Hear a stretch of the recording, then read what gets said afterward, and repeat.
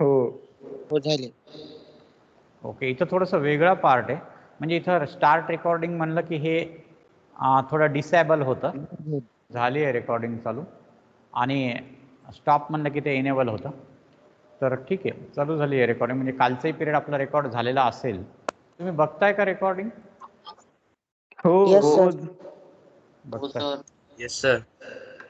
कशी ओके, दिसते फायद्याचं आहे का ते रेकॉर्डिंग? फायद्याची आहे का? Yes, sir. हो सर. हो सर. हे लक्षात घ्या, ही रेकॉर्डिंग कायमस्वरूपी राहत नाही बरं का. ही रेकॉर्डिंग ही फक्त 21 दिवस राहते. त्याच्यानंतर हे व्हिडिओज आपोआप जायला लागतात. तर हे टेम्पररी आहे. मग तुम्ही म्हणाल मग सर आम्हाला रेकॉर्डिंग पाहिजे कायमस्वरूपी. तर तुम्हाला काय केलेलं आहे आपण माहिती आहे का? थोड्या दिवसानंतर तुम्ही ज्या ॲपमधून आता परीक्षा देताय ना, त्या ॲपमध्ये आम्ही तुम्हाला काही व्हिडिओ पाठवणार आहोत. तर ते व्हिडिओ हे रिव्हिजन व्हिडिओ असणार आहेत बरं का. थोडे डिटेल्स बरं असतात सर. जे काही आपण शिकतो आहोत. समजा आता करंट इलेक्ट्रिसिटी किंवा हा इलेक्ट्रिक करंट थ्रू कंडक्टर हा जो काही आपला टॉपिक आहे, हा आपण समजा एक 15 दिवस शिकवला असं इमॅजिन करा. 15 दिवस. तर त्याचं 15 पिरियड झाले असतील. तर आपण ह्या टोटल टॉपिकला 2 तासात 2.5 तासात त्याला शॉर्टमध्ये रिवाईज करून दिले. आणि मग तशा प्रकारचे व्हिडिओज आम्ही तुम्हाला काही दिवसानंतर आणखीन एक 15 दिवसानंतर 20 दिवसानंतर पाठवू. म्हणजे मग तुम्हाला ते रिव्हिजनसाठी पण तुमचे व्हिडिओ आहेत का ते? नाही, ते माझे नाही आहेत व्हिडिओ ते.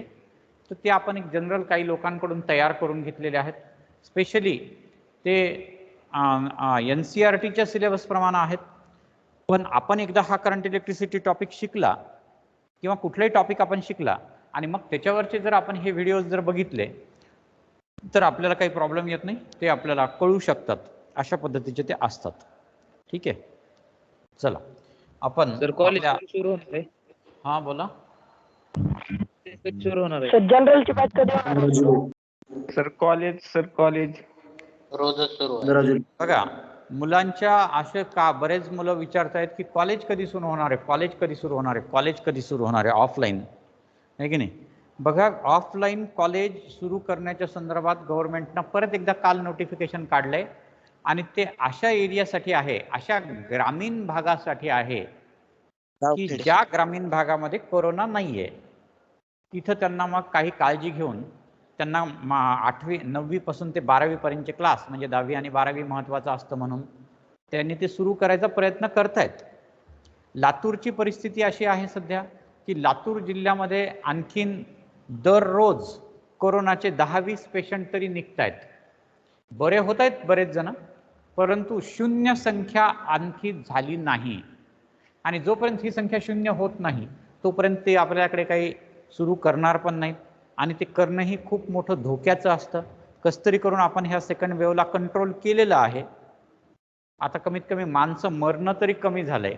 जे काही छोटे मोठे अडचणी असतील, आजारी पडत असतील लोक, त्यांना कमीत कमी तुम्ही बघितलंय मागच्या मार्चमध्ये कसं झालं होतं. मार्च एप्रिलमध्ये ते तुम्ही सर्वांनी ते बघितलेलं आहे.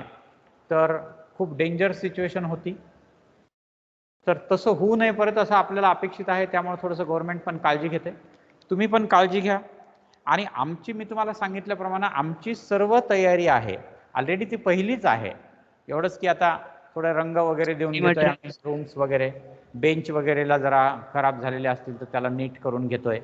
असं एक छोटं मोठं काम आमचं चालू आहे, बाकी काही नाही. तर क्लासरूम, हां, क्लासरूम्स सर ते मटेरियल सर त्याच्यामुळे जेव्हा जनरलची बॅच कधी सुरू होणार आहे? जनरलचं काय म्हणताय? जनरलची बॅच कधीपासून सुरू होणार आहे? हां, जनरल बॅचच्या संदर्भामध्ये कायम मुलांची विचारणा आहे. मुलांना फिजिक्स, केमिस्ट्री, मॅथ, बायोलॉजी शिकण्यामध्ये बऱ्याच मुलांना इंटरेस्ट आहे. फिजिक्स, केमिस्ट्री, मॅथ, बायोलॉजी एवढं शिकण्यामध्ये त्यांना इंटरेस्ट आहे. तर आता मी तुम्हाला खूप वेळ सांगितलं, हे पालक मेळाव्यामध्ये पण सांगितलं की जनरलच्या बॅच हे 10वीचा रिझल्ट लागल्याच्या नंतर आपल्या काही ॲडमिशन होतात. तुमच्या काही मित्रांना सांगा हे बरं का, आपल्याला चांगले मुलं पाहिजेत बरं का. की आपण काय केलंय, आपल्याकडे जे काही आपण 1600-1700 मुलांना जे ॲडमिशन देऊ शकतो त्यापैकी 1100 विद्यार्थ्यांना आपण ऑलरेडी ऍडमिशन दिलेलं आहे, 1100 विद्यार्थ्यांना, आणि आणखीन आपल्याला 600 विद्यार्थ्यांना ऍडमिशन द्यायचंय प्लस 600 है ना. हे कधी द्यायचंय तर हे तुम्हाला आता सर्व विद्यार्थ्यांना एक परीक्षा द्यायची आहे. ती परीक्षा जी असेल ती परीक्षा ही सीईटी टाईप असेल, सीईटी किंवा ज्याला आपण MCQ बेस म्हणतो, सीईटी टाईप, ज्याच्यामध्ये मल्टिपल चॉईस क्वेश्चन्स असतात, 4 पर्याय दिलेले असतात, त्यापैकी एक निवडायचा आहे. अशी एक 100 मार्काची परीक्षा तुम्हाला सर्व विद्यार्थ्यांना द्यायची आहे. तुम्हाला पण द्यायची आहे. आम्हाला पण आता तुम्ही ती परीक्षा दिल्यानंतर, कंपल्सरी आहे ती परीक्षा बरं का सर्वांसाठी, ती परीक्षा दिल्याच्या नंतर त्यामधून जे काही मार्क्स मिळतील, समजा एखाद्या विद्यार्थ्याला 85 मार्क्स मिळाले, ओके, हे त्याचे मार्क्स झाले. आता आपल्याला 11वीच्या प्रवेश प्रक्रियेमध्ये सहभागी व्हायचं आहे. म्हणजे कॉलेजचा एक फॉर्म असतो, तो फॉर्म तुम्हाला भरून द्यावा लागतो. आम्ही तुम्हाला ते सगळं सांगू नंतर. आणि तो फॉर्म भरून दिल्यानंतर मग पुन्हा एकदा मेरिट लिस्ट लागते. ह्या मेरिट लिस्टमध्ये पूर्णच्या पूर्ण 1700 विद्यार्थ्यांची ती मेरिट लिस्ट असते. 750 प्रमाणे ती लागत राहते. आणि ग्रँटेडमध्ये नॉन ग्रँटच्या लिस्ट नंतर लागतात. अगोदर 750 विद्यार्थी आपण ग्रँटेडमध्ये प्रवेश देतो. तर त्यामध्ये जर तुम्ही लागलात तर तुमची 20,000 रुपये जे तुम्हाला एक्स्ट्रा लागणार आहेत, तुम्ही सध्या तुमची फीस तुम्हाला 30,000 रुपये सांगितलेली आहे, त्यापैकी तुम्ही 20,000 रुपये भरलेले आहेत, 10,000 बॅलन्स आहेत तुमचे. तर हे 10,000 पण तुम्हाला 11वीच्या प्रवेशाच्या वेळेस भरायचे आहेत हे का. आणि तुमचे 20,000 रुपये तिथं वाचू शकतात जर तुमचा ग्रँटेडमध्ये नंबर लागला तर. ग्रँटेड.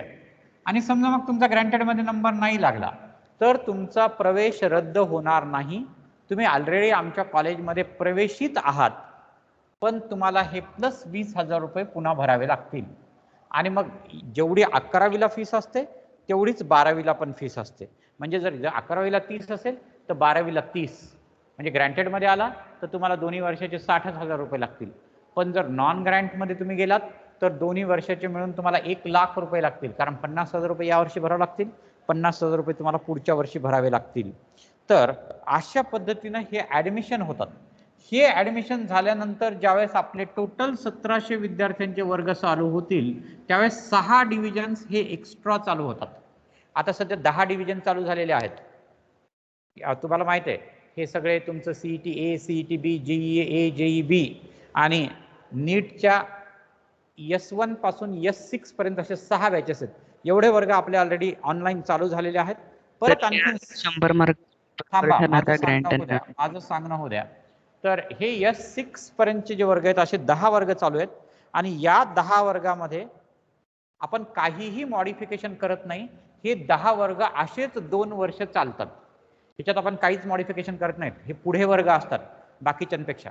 पण जे 6 वर्ग नवीन तयार होतात त्यामध्ये एक जनरल डिव्हिजन असते. जनरल डिव्हिजन ज्या विद्यार्थ्यांनी ऑलरेडी त्यावेळेस जनरल डिव्हिजनमध्ये प्रवेश घेतलेला आहे, ह्या 600 मधले जे विद्यार्थी आहेत जे की 11वीचं रिझल्ट लागल्यानंतर आपल्याकडे प्रवेश घेणार आहेत, ते ह्या जनरल डिव्हिजनमध्ये असतात.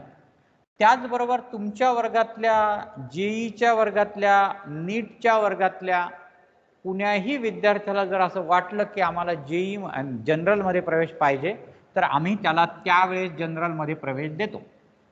आणि त्याचं सगळं एज्युकेशन मग जनरल प्रमाणे चालतं. त्याचे विषय असतात physics, chemistry, maths plus biology plus English आणि सेकंड लँग्वेज. सेकंड लँग्वेजमध्ये तुम्ही मराठी घेऊ शकता, हिंदी घेऊ शकता किंवा संस्कृत घेऊ शकता. असं तुम्हाला जनरल डिव्हिजनमध्ये तुमचं एक ॲप्लिकेशन घेऊन आम्ही तुम्हाला ट्रान्सफर करतो. मग जनरल डिव्हिजनमध्ये पुन्हा एकदा करंट इलेक्ट्रिसिटी सुरू होईल, पुन्हा एकदा युनिट्स अँड डायमेन्शन सुरू होतील. कारण ते नवीनच सुरू झालेलं डिव्हिजन आहे. तुमच्यासारखे 7-8 विद्यार्थी त्याच्यामध्ये असतात, पण नवीन ॲडमिशन घेतलेले 100 विद्यार्थी त्या ठिकाणी असतात.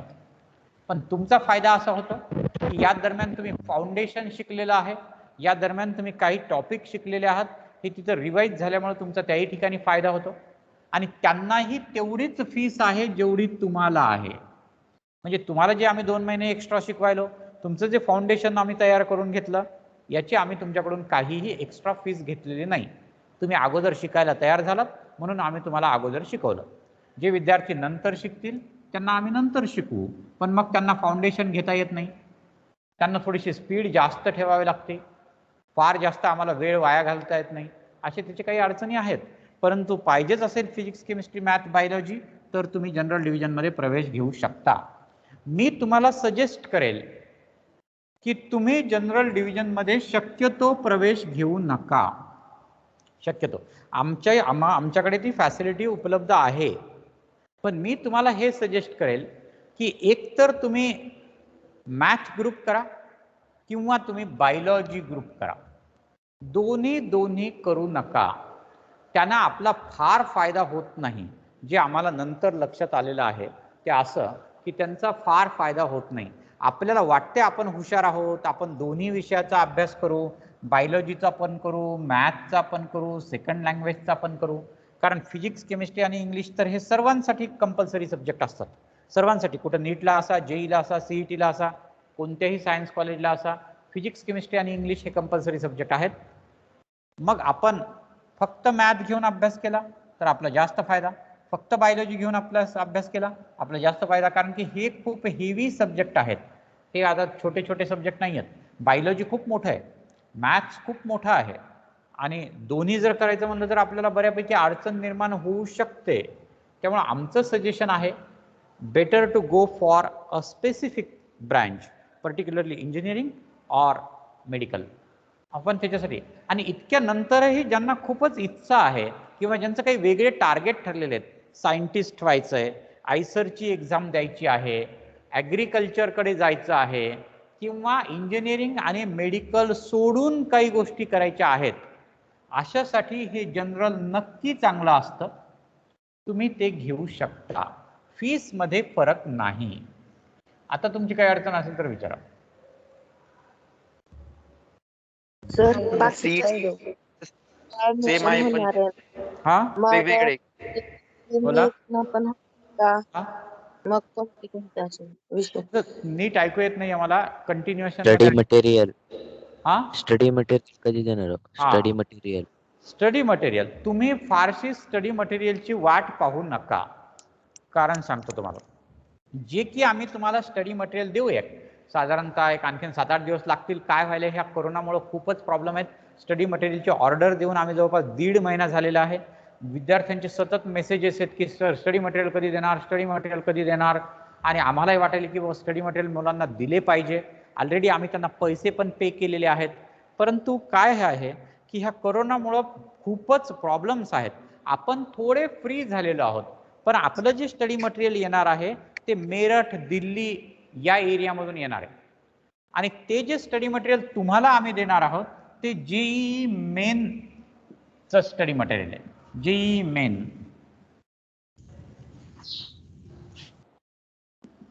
मेन्स ह्याचं स्टडी मटेरियल आम्ही सगळ्या सीईटीच्या विद्यार्थ्यांना देत असतो. थोडं हेवी स्टडी मटेरियल असतं, अवघड प्रश्न असतात. बऱ्याच वेळेस असं लक्षात येतं की स्टडी मटेरियल तर आम्ही देतो, आम्हाला अपेक्षा आहे की तुम्ही जेईई मेन्सची चांगली तयारी कराल, त्याच्यामध्ये तुम्हाला चांगले मार्क्स मिळतील, म्हणून आम्ही स्टडी मटेरियल देतो. आम्ही जे शिकवतो त्याच्यातून नोट्स तुम्हाला देतोच आहोत. परत आम्ही तुम्हाला बुक्स देणार आहोत, बुक्स. परंतु हे नंतर देऊयात, सध्या तर काही शक्य नाही तुम्हाला बुक्स देणं, परंतु आम्ही तुम्हाला देऊ. किंवा PDF जे पाठवलेले आहेत तेच तुमचे बुक्स आहेत. फार काही कॉस्टली बुक्स नाही आहेत, गव्हर्नमेंटनं छापलेले आहेत, कमी किमतीमध्ये आहेत. 300-400 रुपये, 400-500 रुपयामध्ये तुमचे सगळेच पुस्तकं होऊन जातात. पण तरी लायब्ररीमधून ज्यांनी कोणी घेतले नसतील त्यांना आम्ही बुक्स देणार आहोतच, प्लस स्टडी मटेरियल आम्ही देणार आहोत. तर ह्या मी असं बघितलंय की या स्टडी मटेरियलचा मिळेपर्यंतच मुलांना उत्सुकता असते. एकदा ते स्टडी मटेरियल मिळालंय आणि करंट इलेक्ट्रिसिटी नावाचा topic, electric current through conductor, त्याच्यामधून पाहायला सुरुवात केलं की तुमच्या लक्षात येते हे बरंच अवघड आहे. आणि आपल्या मुलांचा दुसरा एक प्रॉब्लेम निर्माण होतो की हाच अभ्यास करता करता नाके नऊ येतात आणि मग पुन्हा जेईई मेन्सचा अभ्यास, ते स्टडी मटेरियल आणि ते पुस्तकं आणि इकडच्या नोट्स आणि सगळंच गोंधळ उडून जातो. पण ठीक आहे, चांगला उद्देश ठेवून आम्ही हे स्टडी मटेरियल तुम्हाला देणार आहोत. त्याच्यामुळे स्टडी मटेरियल तुम्हाला मिळेल जे जेई मेन्सचं असेल ते जेवढे शक्य असेल त्यांनी वापरा. बाकी त्यांनी काय नाही वापरलं तरी चालू शकतं. आणखी काही अडचण आहे तुमची? ठीक. तर चला आता आपण आपल्या याच्याकडे येऊयात. Drift velocity.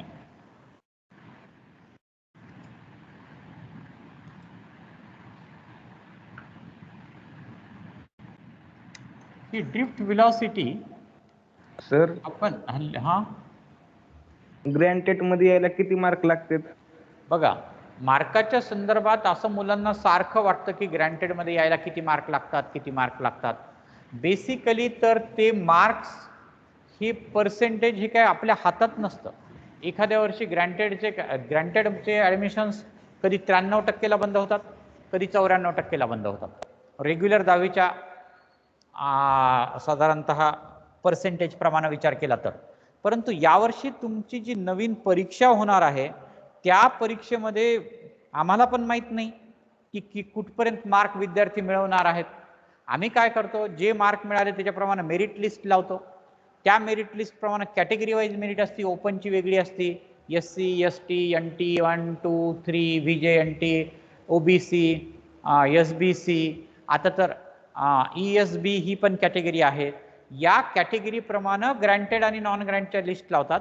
आपल्या आपल्या कॅटेगरीप्रमाणे त्याचे वेगवेगळे पर्सेंटेज येत असतात. हे काहीच कुणाच्या सध्या हातात नसतं. आपल्याकडे जास्त विद्यार्थी संख्येनं आले. आता यावेळेस तुम्हाला सांगतो की तुम्ही जी परीक्षा देऊन या ठिकाणी आलेले आहात ती परीक्षा 8000 विद्यार्थ्यांनी दिली होती. त्या 8000 मधून तुम्ही सिलेक्ट झालेले आहात. लक्षात घ्या.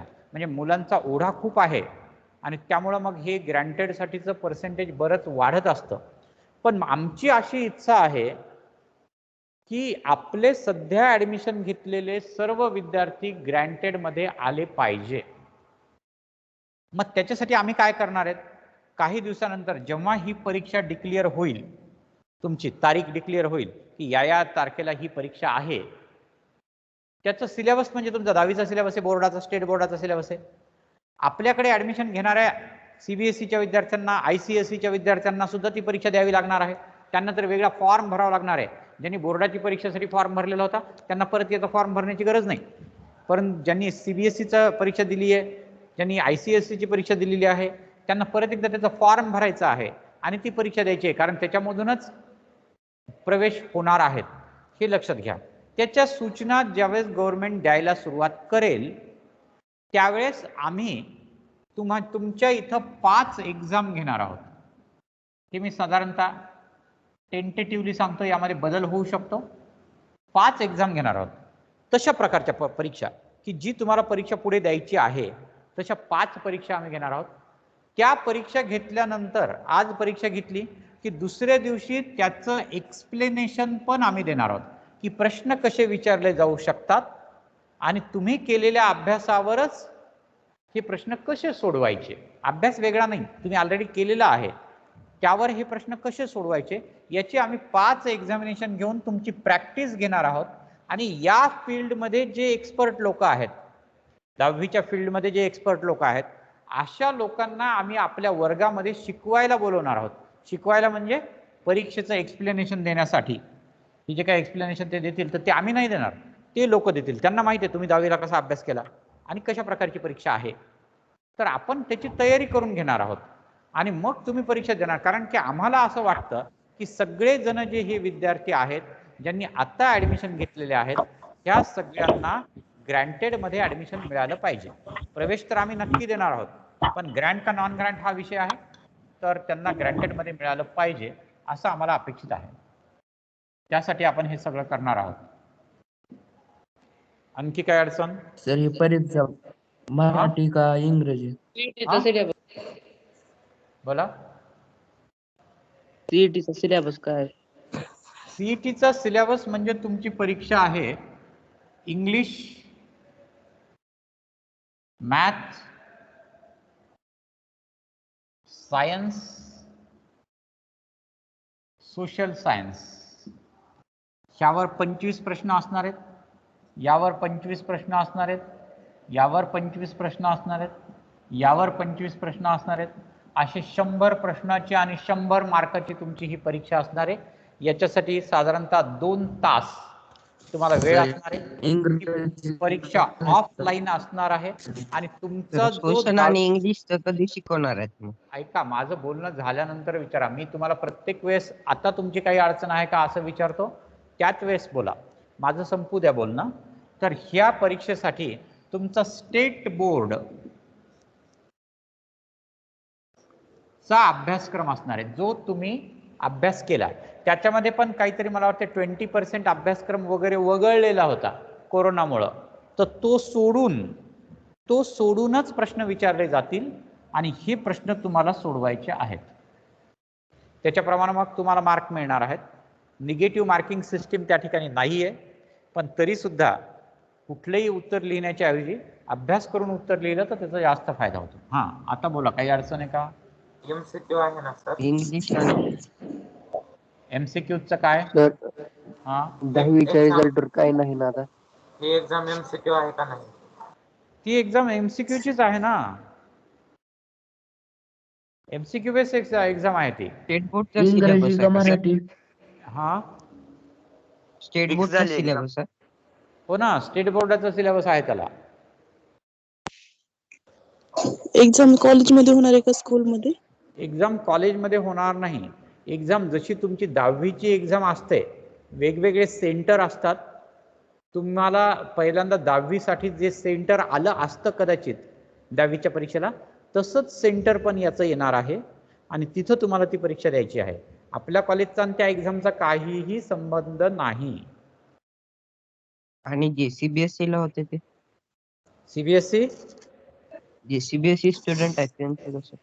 आता CBSEचे जे स्टुडंट आहेत, आत्तापर्यंत मला जी माहिती मिळाली त्याप्रमाणे त्या CBSEच्या किंवा ICSE वेगवेगळ्या म्हणजे स्टेट बोर्ड सोडून वेगळे जे विद्यार्थी आहेत त्यांनी पण ही परीक्षा द्यायची आहे आणि त्यांच्यासाठी सुद्धा स्टेट बोर्डाचा सिलेबस असेल.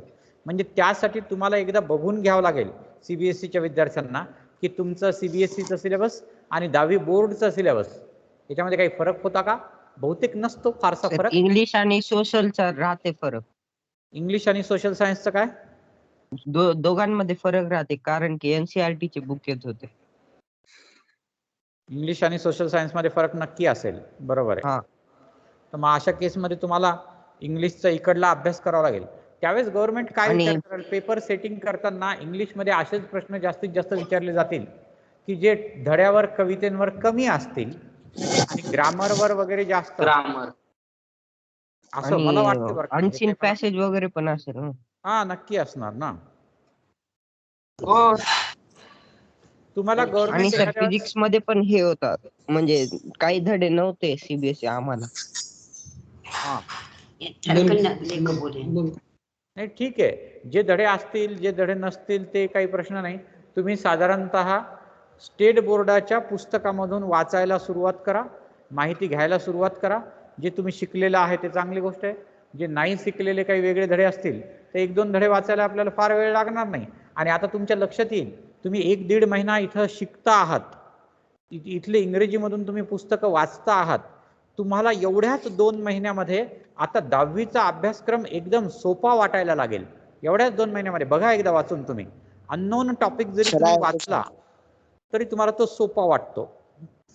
तुमचं होऊन जाईल, काळजी करायची गरज नाही. हा सर, ते असाइनमेंट आणि रोज हे येतात ते लिहावंच लागतं का वर्कशीट? बघा, तुम्हाला ज्या असाइनमेंट आणि वर्कशीट टीम ॲपवर पाठवल्या जातात त्या यासाठी पाठवल्या जातात की तुम्ही त्या प्रॅक्टिस कराव्यात. आम्ही काही ते तपासणार नाही आहेत की तुम्ही लिहून कॉलेजमध्ये जमा करा, तुमचं चुकलं का बरोबर आहे ते आम्ही बघू, असं काहीही आपण करत नाहीत. फक्त कसं असतं की ते तुम्हाला प्रॅक्टिससाठी दिलेलं आहे. पर्टिक्युलरली जे थेरॉटिकल क्वेश्चन्स असतात हे कॉन्सेप्ट क्लिअर करण्यासाठी दिलेले असतात. बऱ्याच वेळेस प्रश्न वाचले की तुम्हाला कळतच नाही याचं उत्तर काय लिहायचं, आणि तो तर तुमच्या सिलेबस मधला प्रश्न असतो. मग अशा वेळेस काय करायचं असतं की असाइनमेंट आणि वर्कशीट मध्ये ज्या काही तुम्हाला अडचणी आहेत त्या तुम्ही तुमच्या प्राध्यापकांना विचारल्या पाहिजेत, है ना. प्राध्यापकांना विचारलं पाहिजे की सर या दिवशीच्या असाइनमेंटमध्ये 4 नंबरचा प्रश्न मला आला नाही, या दिवशीच्या वर्कशीट मधला 5 नंबरचा प्रश्न मला आला नाही, असं तुम्ही विचारलं पाहिजे, मित्रांमध्ये चर्चा केली पाहिजे आणि तुमच्या डिफिकल्टीज सॉल्व्ह करून घेतल्या पाहिजे. त्यासाठी असाइनमेंट आहे. आम्ही त्या तपासून वगैरे काही देणार नाहीत, तुम्ही तुमचं त्याला सोडवायचं. सर असाइनमेंट आणि वर्कशीटला वेगवेगळी वही करायची का एकच? असाइनमेंट आणि वर्कशीटला काय वेगवेगळी वही करायची का एकच नोटबुक? तुमच्या मनावर आहे, एकत्रित करा आणि नाही सर करा.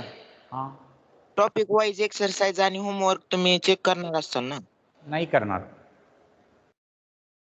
आम्ही कुठलेही टॉपिक वाईज होमवर्क चेक करत नाही, आम्ही तुमच्या कोणत्याही वह्या चेक करत नाही. त्याच्याऐवजी आम्ही तुमची दर आठवड्याला परीक्षा घेतो आणि त्या परीक्षा चेक करतो. आलं लक्षात? सर सर सर गेले रे पेपर हा? टॉपर कितीचा आहे? हा, सर तुम्ही सीईटी तर टॉप 10च लिस्ट पाठवली फक्त. मला काहीच ऐकू येत नाही. साडे 8 माईक पण नाही मानून पाठवा. ठीक आहे, चला. सर हा बोला. आम्ही आता सीईटी द्यायचं का नाही? एक जण बोला रे, एक जण बोलला. ते बोलत असताना दुसरे बोलू नका. हा, एक जण बोला. सर आता आम्ही महाराष्ट्र बोर्डची सीईटी द्यायचं का? परत 2 जण बोलताय. सर आम्ही आता महाराष्ट्र बोर्डची सीईटी द्यायचं का नाही? हा, कोणती सीईटी द्यायची का?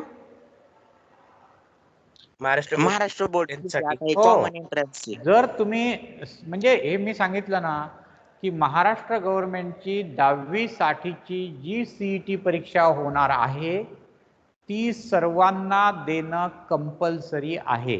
जर दयानंदमध्ये प्रवेश पाहिजे असेल तर ती परीक्षा द्यावी लागेल. हां, एवढंच आहे की तुम्हाला जरी त्या परीक्षेमध्ये कमी मार्क पडले तरी आम्ही तुमचं ॲडमिशन कॅन्सल करणार नाहीत. तुम्हाला नॉन ग्रँटमध्ये आम्ही ॲडमिशन देऊ. पण ती परीक्षा जर नाहीच दिली तुम्ही, ती परीक्षा जर तुम्ही नाही दिली तर तुम्हाला ॲडमिशन कॅन्सल होऊ शकते तुमचं. ती परीक्षा कंपल्सरी आहे. आता तुम्हाला वाटेल नॉन ग्रँट आणि ग्रँटेडमध्ये डिव्हिजनमध्ये काही फरक असतो का? तर बिलकुल नाही. तुमचं जे काही आता हे 90-100 पोरांचं डिव्हिजन तयार आहे आपल्याकडे, ज्याच्यामध्ये मी आता तुम्हाला शिकवत आहे, तर हेच प्राध्यापक हेच मुलं 2 वर्ष आपल्याकडे शिकत राहतील. त्याला ग्रँट नॉन ग्रँटचा काही फरक पडणार नाही. ग्रँट नॉन ग्रँटमध्ये फरक फक्त 20,000 रुपयाचा आहे, बाकी दुसरा कोणताही फरक. 20,000 केव्हा भरावे लागतात? 20,000 केव्हा भरावे लागतात नॉन ग्रँट मध्ये नंबर आले? कसं आहे, आता तुम्ही आमच्याकडे प्रवेश घेतलेला आहे, त्यामुळं आता तुम्ही जर फीस नाही भरली, एखादा महिना उशिरा भरली म्हणून आम्ही काही तुम्हाला काढून टाकत नाहीत. परंतु वर्षभरामध्ये तुमची ती फीस तुम्ही क्लिअर केली पाहिजे. मग तुम्ही 10,000 रुपये महिन्याला भरा किंवा 5,000 रुपये महिन्याला भरा किंवा दिवाळी झाल्यानंतर एकदाच भरायची तर भरा. पण वर्ष संपायच्या आत तुम्हाला जेवढी फीस आहे तेवढी तुम्हाला क्लिअर करावी लागेल, साधारणतः मार्चच्या अगोदरपर्यंत, पुढच्या वर्षीच्या मार्चच्या अगोदर. कारण की शेतकऱ्यांच्या ह्याने तर दिवाळीच्या नंतरच भरणार ना. हा, तर 20,000 2 वर्षाची आहे का 1 वर्षाची? ही फीस मी जे सगळी फीस सांगतोय ही 1 वर्षाची फीस आहे. एवढीच फीस पुढच्या वर्षी असणार आहे, एवढीच फीस. लक्षात आलं का?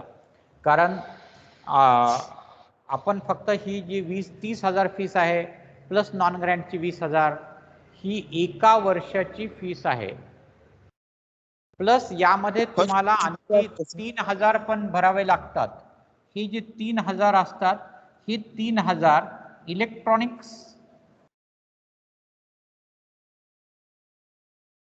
किंवा कॉम्प्युटर या विषयासाठी तुम्हाला मी तुम्हाला परत एकदा सूचना देतो की जोपर्यंत मी बोलतो आहे तोपर्यंत तुम्ही दुसरे प्रश्न विचारू नका. मी तुम्हाला दुसरे प्रश्न विचारण्यासाठी वेळ देणार आहे. एक सांगितलेलं पूर्ण ऐका. तुमच्या मुलांना अशी सवयच लागलेली आहे की एकाकडे नीट लक्ष द्यायचं नाही, दुसरंच काहीतरी करत बसायचं. त्याची प्रॉब्लेम पण मी तुम्हाला सांगणार आहे. तर मी आता हे सांगतोय की इलेक्ट्रॉनिक्ससाठी तुम्हाला ॲडिशनल 3,000 रुपये भरावे लागतात बरं का. ते पण वर्षभरामध्ये तुम्ही कधीही भरले तर चालतात, कारण इलेक्ट्रॉनिक्स आणि कॉम्प्युटर हे विषय आम्ही तुम्हाला देतो, हे नॉन ग्रँटचे विषय आहेत, त्यामुळं त्याच्यासाठी तुम्हाला ॲडिशनल फीस भरावी लागते. जे विद्यार्थी जनरल ग्रुपला ट्रान्सफर होतील त्यांना हे 3,000 भरायची गरज नाही. हां, आता विचारा. सर 10वीच्या रिझल्टवर काय नाही ना आता? 10वीच्या रिझल्टचा त्याच्यावर काय नाही ना आता? केव्हा आला का? 10वीच्या रिझल्टवर काहीही अवलंबून नाही, कारण सर 11वीच्या सर्व ठिकाणच्या प्रवेशासाठी रिझल्ट लागल्यावर CET फीस भरावी गृहीत लागेल. धरली जाणार आहे. बोला. सर सीईटीची आता जर सीईटी एक्झाम किंवा पर्सेंटेज जर आले आणि आमचा जर अजून दुसऱ्या कॉलेजमध्ये नंबर लागत असेल तर ऍडमिशन बघा, मी हे तुम्हाला सांगणारच होतो. आता ते पण दुसऱ्या clear करून घ्या, लक्षात घ्या. बरेच विद्यार्थी काय करतात की आता त्यांनी 20,000 रुपये फीस भरलेली आहे आणि आपल्याकडे ऍडमिशन घेऊन अभ्यास करणं चालू केलेलं आहे, पण कधी कधी विद्यार्थ्यांच्या डोक्यामध्ये असं येतं की बा दयानंदपेक्षा आणखीन एखादं चांगलं कॉलेज जर भेटलं तर आपण जावं तिकडे.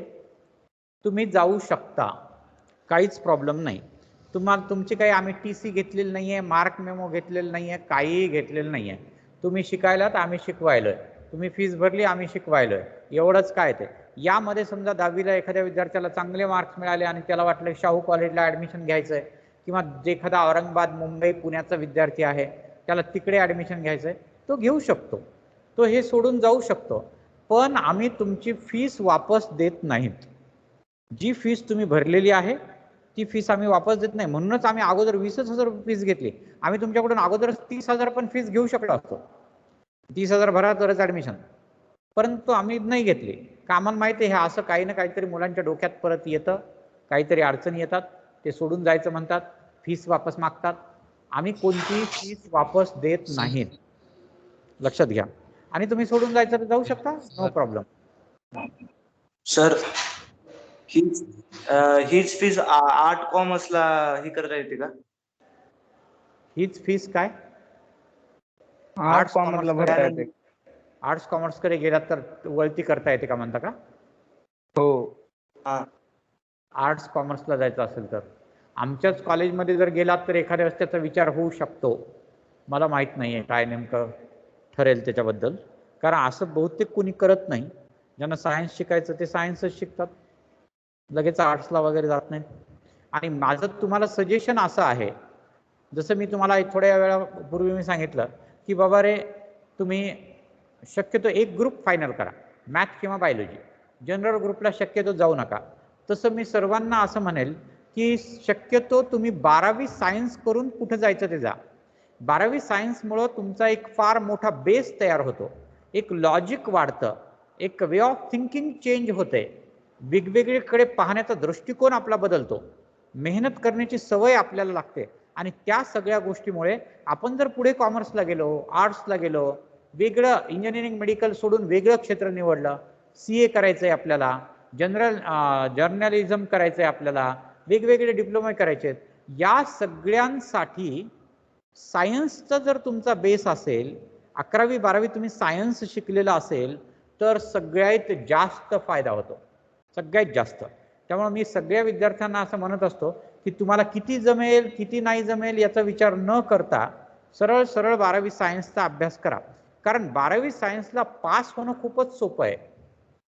कोणी इथं फारसं नापास होत नाही. अगदीच परीक्षा नाही दिली, फारच काहीच नाही लिहिलं पेपरमध्ये तर नापास होण्याची शक्यता असते.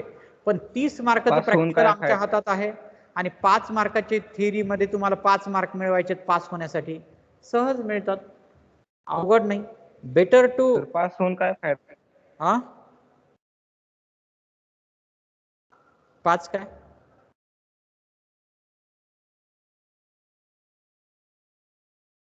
झाले का तुमच्या सगळ्या शंका? सर नीट अवघड आहे ना सीईटी पेक्षा? हा, नीट सीईटी पेक्षा अवघड आहे. परीक्षा सोपी आहे पण नीट अवघड आहे का म्हणायचं? कारण की महाराष्ट्रामध्ये मेडिकलच्या गव्हर्नमेंटच्या फक्त 3,000 जागा आहेत, 3,000. आणि या 3,000 मध्ये कॅटेगरी प्रमाणे ओपनसाठी फक्त 1,500 जागा मिळतात. कॅटेगरीसाठी सुद्धा फार जास्त मिळत नाहीत. आणि त्यामुळं आपल्याला महाराष्ट्रामधून पहिल्या 1,500 मध्ये जर आलं तरच गव्हर्नमेंट मेडिकल मिळतं. नाही तर प्रायव्हेटला जरी जायचं तर टोटल जागा प्लस 3,000 आहेत आणखीन, म्हणजे 6,000 जागा. जर प्रायव्हेटला नंबर लागायचा असेल तरी पहिल्या 6,000 मध्ये आपल्याला यावं लागतं. मग ते खूप अवघड असतं, कारण तेवढे हुशार विद्यार्थी आपल्यापेक्षा आहेत, मेहनती करणारे विद्यार्थी आहेत, आणि म्हणून मग मेडिकलला नंबर लागणं खूपच अवघड आहे. बाकी नीटची परीक्षा सोपी असते, आपल्यासारखीच असते, सीईटी सारखी. उलट फिजिक्सचा पेपर तर सीईटी पेक्षाही सोपा असतो तिथं. पण तिथं जे काही 45 प्रश्न विचारले जातात त्याच्यामुळे 180 मार्काची ती परीक्षा आहे. निगेटिव्ह मार्किंग सिस्टीम तिथं असते. आणि मग 180 पैकी ज्याला 160च्या वर फिजिक्समध्ये मार्क्स मिळतात तेच मेडिकलला जातात. आणि तेवढे मार्क्स मिळवणं मग खूप अवघड होतं. मुलं 140 पर्यंत 130 पर्यंत पोहोचतात. मार्क्स नाही मिळाल्यावर काय होते मग? मार्क्स नाही मिळाल्यावर मग पुन्हा काय करायचं? मार्क नाही मिळाले, समजा तुम्ही बायोलॉजी ग्रुप घेतला आणि तुम्हाला मार्क्स नाही मिळाले, तर अशा केसमध्ये तुम्हाला BScचा पर्याय उपलब्ध राहतो, जो की चांगला पर्याय आहे. BSc MSc करू शकता तुम्ही, किंवा तुम्ही ॲग्रीला जाऊ शकता, ॲग्रिकल्चर इंजिनिअरिंगला जाऊ शकता, BVScला जाऊ शकता, हेही पण करू शकता. नर्सिंगचे कोर्सेस असतात, नर्सिंगचे कोर्सेस, फिजिओथेरपिस्टचे कोर्सेस असतात, की हे सगळे कोर्सेस बायोलॉजीमध्ये मेडिकलला जर आपण नाही लागलो तर हे कोर्सेस आपल्याला करता येऊ शकतात, असे कोर्सेस. पण मुलांची अपेक्षा डॉक्टर होण्याची असते, त्याच्यातही पण तुम्ही आणखीन डॉक्टरचे पण काही कोर्सेस आहेत, जसं BAMSला जाऊ शकता, BDSला जाऊ शकता, म्हणजे डेंटिस्ट होऊ शकता. पण डेंटिस्ट आणि MBBS, BDS आणि MBBS मध्ये फार मार्काचा फरक पडत नाही. BAMSला मात्र जाऊ शकता. फिजिओथेरपीमध्ये डॉक्टर होऊ शकता, होमिओपॅथीमध्ये तुम्ही डॉक्टर होऊ शकता, डॉक्टरच व्हायचं असेल तर ते पण सगळे कोर्सेस आपल्याला अवेलेबल असतात. पण एकंदरीत तिकडची कॉम्पिटिशन पाहता आपण जे इंजिनिअरिंगला आलेलो आहोत ते खूप चांगलं आहे. मी तुम्हाला सांगतो मित्रांनो, माझा अनुभव म्हणजे मी जर एखाद्या हुशार विद्यार्थ्यांनी जर मला विचारलं की मी डॉक्टर होणं चांगलं का इंजिनियर होणं, तर मी त्याला सांगतो की तू इंजिनियर होणं चांगलं. कारण असं आहे की एकतर इंजिनिअरिंगला तुम्हाला कुठल्या ना कुठल्या कॉलेजला प्रवेश मिळतो. दुसरी महत्त्वाची गोष्ट म्हणजे 4 वर्ष झाल्यानंतर तुम्ही फॉरेनमधून जर एज्युकेशन घेतलं तर आजकाल खूप फॉरेन युनिव्हर्सिटीज आहेत की जिथून एज्युकेशन घेतलं तर तुम्हाला चांगल्या प्रकारचे जॉब मिळू शकतात. आणि 6 वर्ष तुम्ही शिकलात की तुम्हाला चांगल्या क्वालिटीची नोकरी लागते. मेडिकलचं कसं आहे की मेडिकलमध्ये तुम्ही 6-7 वर्ष तर तुमची शिकण्यामध्ये जातात, आणि त्यानंतर तुमचं प्रॅक्टिस करणे, पैसा कमवणे. खूप सारे डॉक्टर्स आहेत, बरेच डॉक्टर्स काही फारसे पैसे कमवत नाहीत, त्यांना कुठलाही फॉरेन चान्स मिळत नाहीत. जास्त पैसे कमवायचे म्हणलं तर त्यांना लोकांना लुटावं लागतं, चुकीच्या गोष्टी कराव्या लागतात, अनवॉन्टेड ऑपरेशन्स करणे, अनवॉन्टेड टेस्ट घेणे, हे असे काही. पण इकडे इंजिनिअरिंगकडे सगळी प्युरिटी आहे. तुम्ही जेवढे हुशार तुम्हाला तेवढा स्कोप, तुम्हाला जास्त पैसे, आणि तुम्ही जेवढी मेहनत करा जास्त पैसे, असं सरळ आहे. इथं डुप्लिकेट काही नाही आहे. इथं तुम्हाला लुबाडणूक करण्याची संधीच मिळत नाही. एखाद्याला करावं वाटलं तरी आपण नाही करू शकत, आणि मग तुमचं आयुष्य हे जरा चांगलं जातं. मला असं वाटतं, हे माझा विचार आहे. याचा अर्थ डॉक्टर वाईट असतं असं नाही, परंतु मी सजेस्ट करतो better to go for engineering. आणखी काही अडचण आहे तुमची? पोलीस भरतीत जाता येते का? हॉस्टेल आहे का? एक जण विचारा. कॉलेजचं हॉस्टेल आहे का? कॉलेजचं हॉस्टेल आहे ना. कॉलेजचं बॉईज हॉस्टेल आहे, कॉलेजचं गर्ल्स हॉस्टेल आहे, लेडीज हॉस्टेल तर कॉलेजचं खूपच छान आहे, एकदम निसर्गरम्य आहे, पुन्हा खूप सिक्युरिटी आहे, रूम पॉश आहेत. बॉईज हॉस्टेल पण आहे. हॉस्टेलची फी? हा, बॉईज हॉस्टेलची फी? बॉईज हॉस्टेल आहे ना. फीस म्हणताय का? फीस हो, साधारणतः एक अंदाजे सांगतो मी तुम्हाला की बॉईज हॉस्टेल किंवा लेडीज हॉस्टेल, बॉईज हॉस्टेलची फीस कमी आहे. मला वाटतं बॉईज हॉस्टेलची फीस राहण्यासाठी 12,000 रुपये का 15,000 रुपये वर्षाला आहे, आणि लेडीज हॉस्टेलची मात्र 20,000 रुपये वर्षाला आहे राहण्यासाठी. आणि दोन्हीकडे परत मेसची जी फीस आहे ती 1500 रुपये 1700 रुपये महिना असं काहीतरी आहे. या रेंजमध्ये त्या फीस आहेत. सर आता सीईटी घेतलं मग पोलीस भरती ते जाता येते का 12वी झाल्यावर? हा पोलीस भरती ए भाई बघा, तुम्ही 12वी सायन्स हे करा. भाई 12वी सायन्स केल्यानंतर तुम्हाला सगळीकडचे चान्सेस ओपन आहेत. काल परवा तुम्ही ग्रुपवर मी टाकलं नाही तुमच्या खरं म्हणजे, परंतु जे आत्ता 12वी परीक्षा देणारे मुलं आहेत ना तुमच्यापेक्षा 2 वर्ष पुढचे, तर त्या मुलांमध्ये आमच्याकडे 2 विद्यार्थी NDA साठी सिलेक्ट झालेले आहेत. NDA याचा अर्थ नॅशनल डिफेन्स अकॅडमी, मिलिटरीमध्ये सिलेक्ट झालेत. 12वी नंतर ती NDA ची परीक्षा असते, त्याच्यासाठी तुमचं मॅथमॅटिक्स असणं फार गरजेचं असतं. तर 2 विद्यार्थी त्या ठिकाणी पण सिलेक्ट झालेत. त्यांनी NDA ची परीक्षा दिली, ते सिलेक्ट झाले तिथं. ते मोठे आर्मीमध्ये, नेव्हीमध्ये, एअरफोर्समध्ये मोठे ऑफिसर होऊ शकतात. असं पण तुम्हाला सायन्समधून वेगवेगळे चान्सेस आहेत. तुम्ही डायरेक्ट पोलीस वगैरेच्या पण परीक्षा देऊ शकता. पण मी तुम्हाला सजेस्ट करेल की तुम्ही ज्यावेळेस BSc ला ॲडमिशन घ्याल, समजा तुमचं ठरलं की इंजिनिअरिंगला जायचं नाही, आपल्याला BSc ला जायचं, तर माझ्याकडे असे काही विद्यार्थी आहेत. काल परवाच एक मुलगी आली होती, ती 3-4 वर्षापूर्वी आपल्याकडे 11वी-12वीला होती आणि ती आता PSI झालेली आहे, पोलीस सब इन्स्पेक्टर. तर तिनं काय केलं, BSc ला ॲडमिशन घेतलं आणि BSc ला ॲडमिशन घेतल्यानंतर पहिल्याच वर्षापासून MPSCचा अभ्यास सुरू केला. महाराष्ट्र पब्लिक सर्व्हिस कमिशन ह्याच्यामधून पोलिसाच्या पण परीक्षा होत असतात. ग्रॅज्युएट झाल्यानंतर 3 वर्ष सायमल्टेनियसली तिनं अभ्यास केला. 3ऱ्याच वर्षी ती परीक्षा पास झाली. म्हणजे 12वी झाल्यानंतर 4थ्या वर्षी ती डायरेक्ट PSI म्हणून नोकरीला लागली. असे पण संधी आपल्याला मिळतात. पण माझं सजेशन असं आहे की better to go for science, better to go for mathematics, मी सजेस्ट करेल. बाकी पण तुम्हाला जे वाटलं ते तुम्ही करू शकता, काही प्रॉब्लेम नाही. आणखी काय? सर आम्हाला पण सर सीईटीचं सांगा ना. सीईटीचं काय म्हणजे जागा काय ते नेट सांगितलं तसं मला नीट ऐकू येत नाही. सीईटीचं 12वी नंतर आर्ट घेतल्यावर आम्हाला पण MPSC ची परीक्षा देता येते का? हॅलो, MPSC ची परीक्षा केव्हा देता येते? मला नीट ऐकू येत नाही. सीईटी बद्दल काय बोलताय ते बोला. तर सीईटीत कोणत्या फील्ड आहेत ते सांगा. सीईटी साठी कोणते फील्ड्स आहेत? हा ठीक आहे.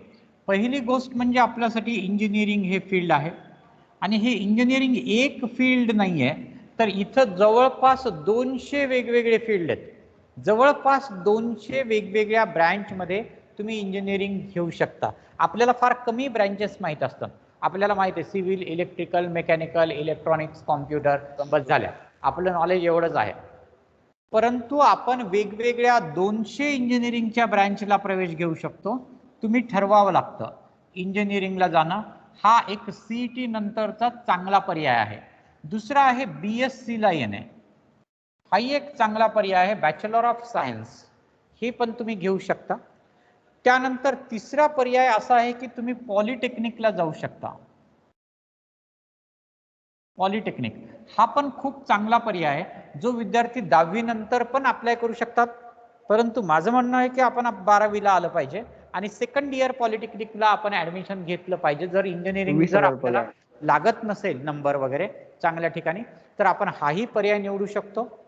आणि मग बाकीचे जे परीक्षा कॉम्पिटेटिव्ह एक्झाम्स आहेत, तर त्या कॉम्पिटेटिव्ह एक्झाम्सला तर तुम्ही कुठूनही बसू शकता, काहीच प्रश्न नाही.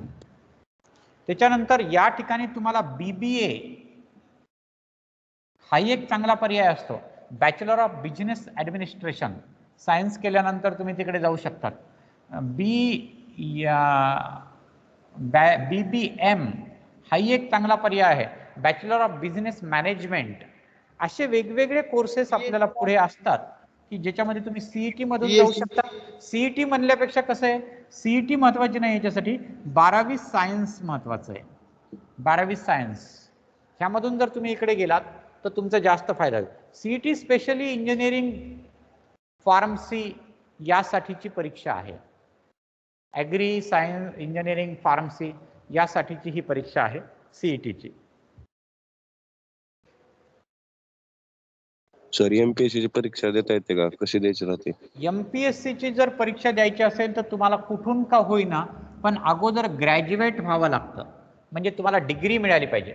MPSCच्या परीक्षेसाठी डिग्री कंपल्सरी असते, ती 12वी बेसवर देता येत नाही. तर ही परीक्षा एक अतिशय महत्त्वाची परीक्षा आहे. यामधून खूप मोठे ऑफिसर होत असतात मुलं आणि त्यांचं लाईफ खूप चांगलं राहतं. ही परीक्षेची तयारी तुम्ही साधारणतः ग्रॅज्युएशनला गेल्यापासून केली पाहिजे, म्हणजे 12वी पास झाल्यापासून केली पाहिजे. म्हणजे त्याचे 4-5 वर्ष जर तुम्ही अभ्यास केला तर तुम्ही चांगल्या प्रकारचे ऑफिसर होऊ शकता. त्यासाठी तुम्ही मेडिकलला गेलं म्हणजे MBBS असलं तरी चालतं, BTech असलं तरी चालतं, BSc असलं तरी चालतं, BA असेल, BCom असेल, कोणतंही ग्रॅज्युएशन MPSC साठी चालतं.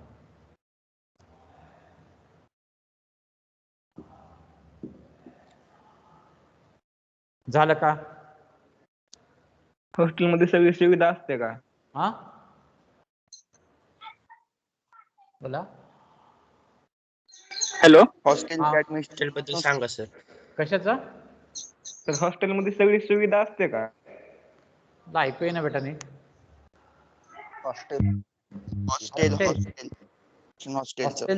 हा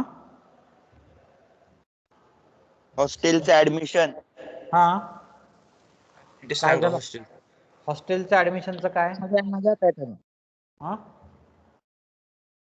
हॉस्टेलच्या ऍडमिशनचं काय म्हणताय? हॉस्टेलच्या सुविधा विचारतोय तो. पहा मुलांनो, अटेंडीची संख्या ही 39 झालेली आहे. 39 म्हणजे मी ज्यावेळेस सुरुवातीला पाहिलं पिरियडच्या त्यावेळेस साधारणतः 90 विद्यार्थी होते, पण आता 39 विद्यार्थी आहेत.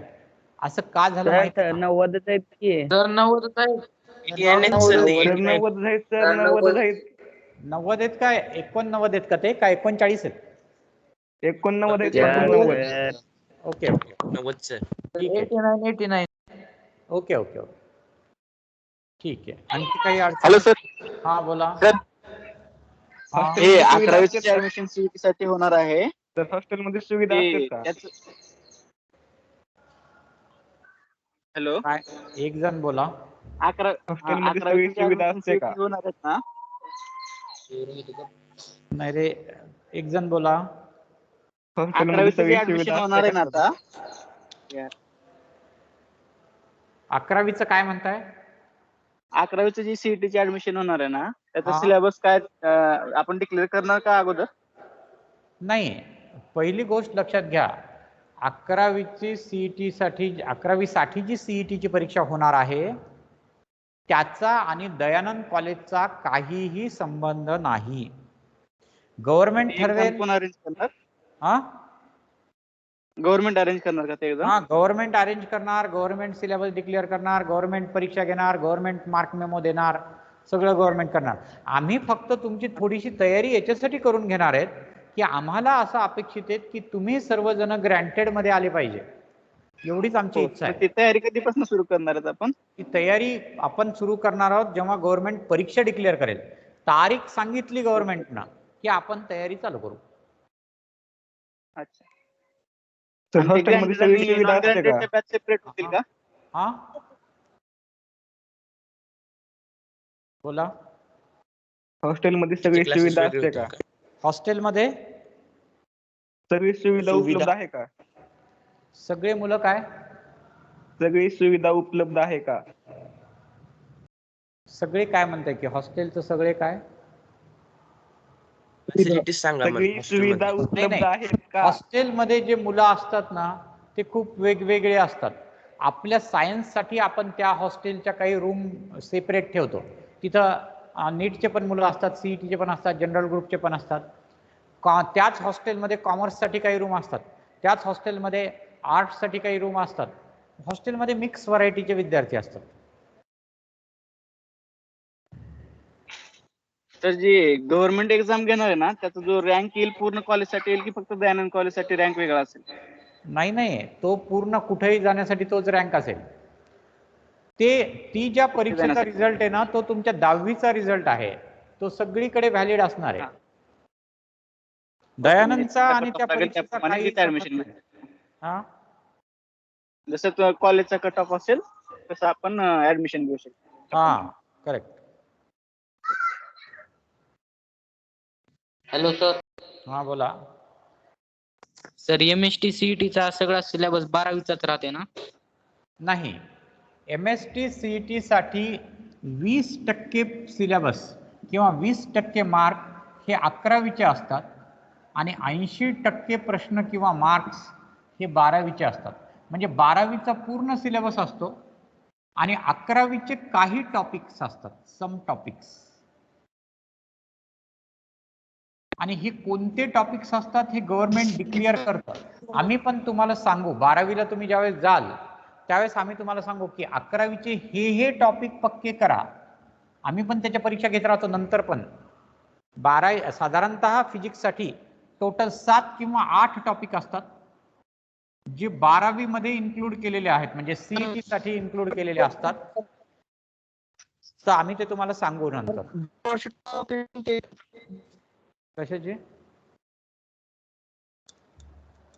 कशाची डेट पाहिजे?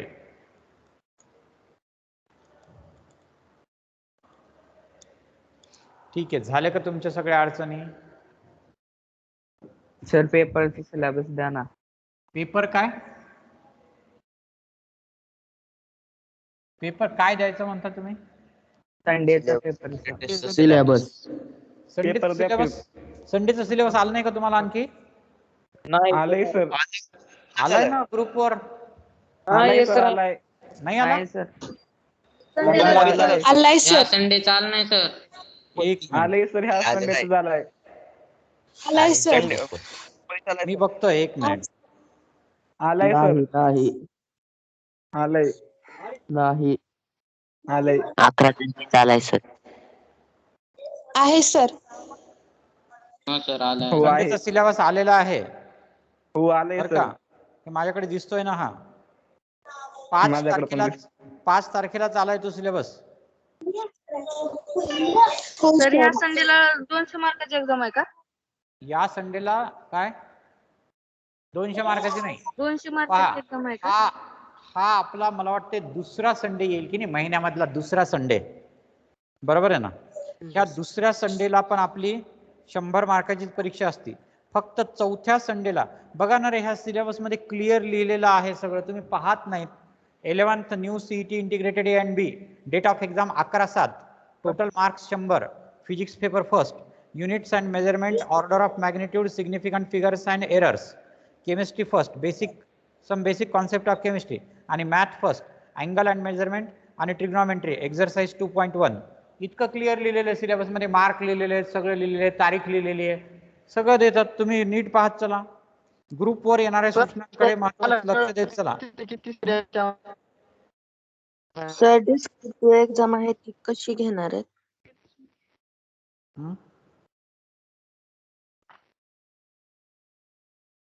बोला.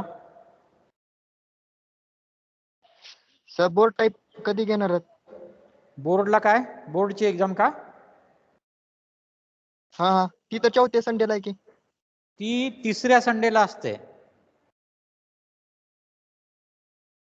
3रा संडे म्हणजे ही परीक्षा 11 तारखेची झाली तर 18 तारखेची जी परीक्षा असेल तुमची, तर त्या 18 तारखेच्या परीक्षेमध्ये 18 तारखेची परीक्षा ही बोर्डच्या पद्धतीने होते.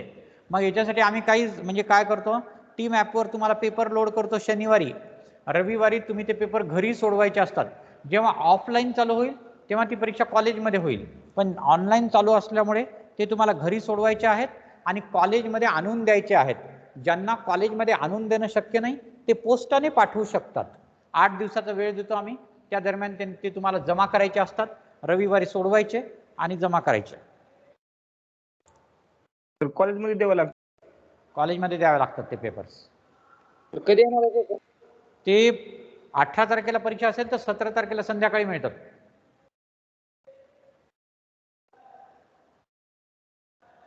ठीक आहे, तर आता आपला वेळ संपलाय. आज ड्रिफ्ट व्हेलॉसिटीच्या संदर्भात आपलं काहीच पुढे पाहणं झालं नाही. हरकत नाही, एखादा पिरियड गेला तर तुमच्या सगळ्या अडचणी सॉल्व्ह झाल्या पाहिजे. तर तुमच्या सगळ्या अडचणी सॉल्व्ह झाल्या असतील असं अपेक्षित ठेवतो. आणि शक्यतो आता यानंतर कसं होतं, एकदा तुम्ही अडचणी विचारायला लागल्यानंतर मलाही पण नाही आता आपण बोलायचं नाही असं म्हणणं योग्य वाटत नाही. पण यानंतर आता मला वाटतं 2 पिरियड आपले असे झालेले आहेत की ज्याच्यामध्ये आपण सगळ्या अडचणीसाठी ते घालवलेत. यानंतर तुमच्या ज्या काही अडचणी असतील मला व्हॉट्सअपवर पाठवा. मला जेव्हा काही वेळ मिळेल मी तुम्हाला त्याचे उत्तर देत जाईल, पण आपल्या वर्गातला वेळ वाया जाऊ नये. कारण आजचा पिरियड अडचणी सॉल्व्ह केल्या ही गोष्ट खरी आहे, पण शिकवायचं राहिलं ना, मला पिरियडचं कॅल्क्युलेशन असतं, तो धडा तेवढ्याच दिवसामध्ये मला संपवावा लागतो. तर त्यामुळं शक्यतो आता आपण पुढच्या पिरियडमध्ये ह्या अशा प्रकारच्या अडचणीला आपण मी काही तुम्हाला एंटरटेन करणार नाही. आता आपण इथं रेकॉर्डिंग थांबवूयात आणि बाकीच्या